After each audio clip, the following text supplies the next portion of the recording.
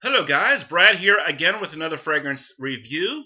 Today I want to look at Amen by Thierry Mugler, the original Amen. And believe it or not, I haven't reviewed this fragrance on my channel yet. This is just a 1.2 ml sample that my mom had given me a while back. Finally got around to wearing it. This is what the bottle looks like right there. I'm sure you've seen it before in many different forms with all the flankers and everything. The classic star bottle. And the description: the charisma of an oriental woody, vigorous fragrance for an elegant, modern, and powerful man. This is an oriental woody fragrance that has a lot of different notes in it. Let me go through those as quickly as I can here. Top notes of coriander, lavender, green notes, fruity and spicy notes, mint and bergamot. Middle notes: honey, patchouli, jasmine, milk, caramel, cedar, and lily. And then the base: sandalwood, tonka bean, amber, musk, benzoin, vanilla, and coffee.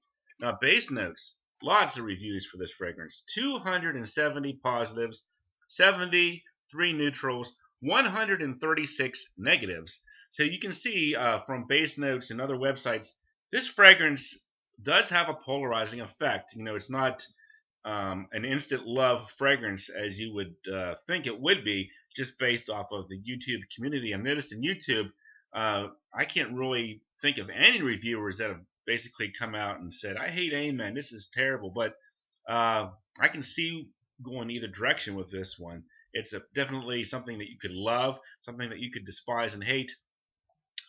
First time I smelled this one, I did really hate it. I think what had happened is my wife had actually told me about this fragrance. She had a friend at beauty school, told her about this fragrance and how good it was and how it had this nice chocolate smell to it.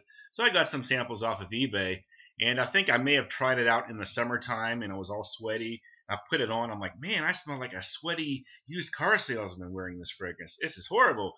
But I'm trying it again now. Cooler weather, and my nose has evolved quite a bit. I'm still not blown away by it. I think I'm just not really a patchouli kind of a person. Maybe that's it. But you do definitely get that classic brownie smell blended with these dirty kind of notes like the patchouli and stuff like that. And you do probably get some of the florals as well. Usually when I think of oriental woodies, sometimes I just automatically think about like an older woman kind of a fragrance. And you can see there's some florals here. So it does kind of have some remnants of like a scarf or a sweater that grandmother may have worn or something. So maybe a little bit of that thrown in here. I think it could definitely be unisex fragrance in my opinion.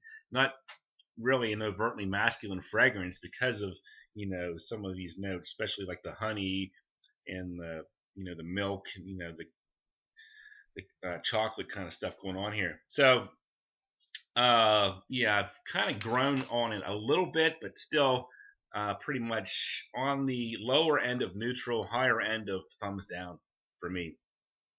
So let's get into some scores here. The smell, I will give it 5 out of 10.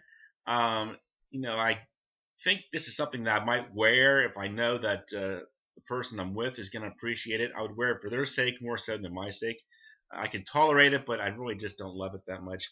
Projection longevity, really pretty good for that. Definitely an all-day fragrance. You can put it on and then you go to bed. You wake up in the morning, you can still smell it on your skin. So good projection longevity. That's really where this fragrance shines.